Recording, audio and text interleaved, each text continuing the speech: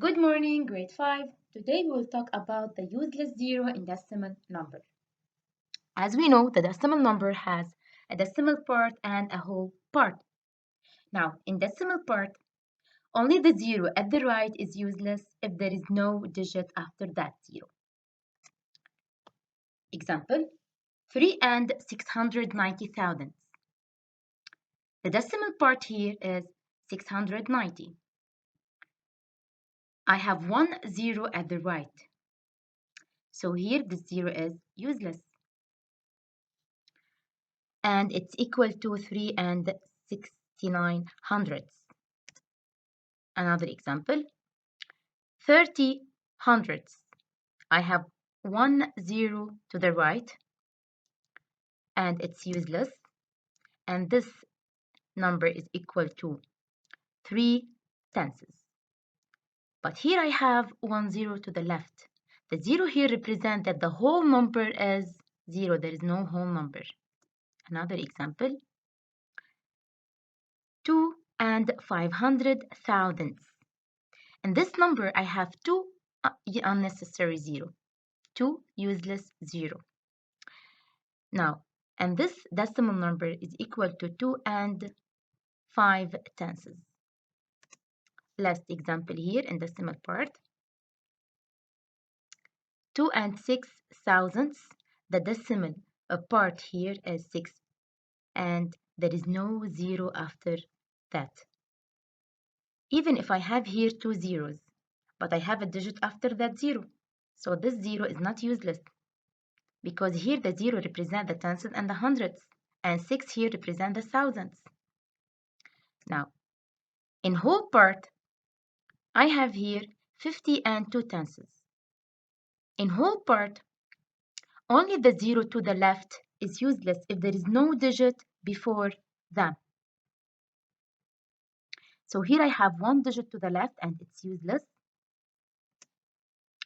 And this number is equal to 50 and 2 tenths. Another example, 207 and 3 thousandths.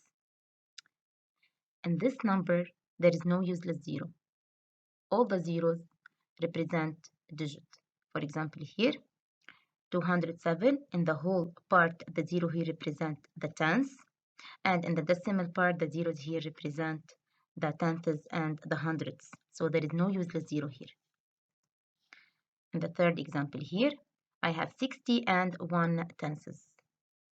In the whole part, which is 60, I have two zeros to the left, and here I have two useless zero, and this number is equal to 60 and 1 tenths. Now open your book at page 90, exercise 12. Remove the useless zero. Remember, in whole number, we look at the zero to the left, and decimal part, we look at the zero to the right. Here, the decimal part has one zero to the right, so we remove it.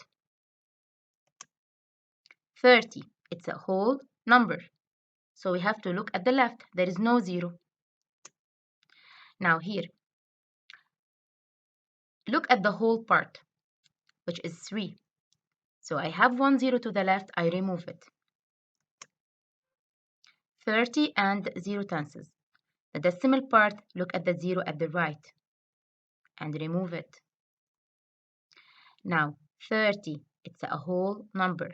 We look at the zero to the left and remove it. It's useless.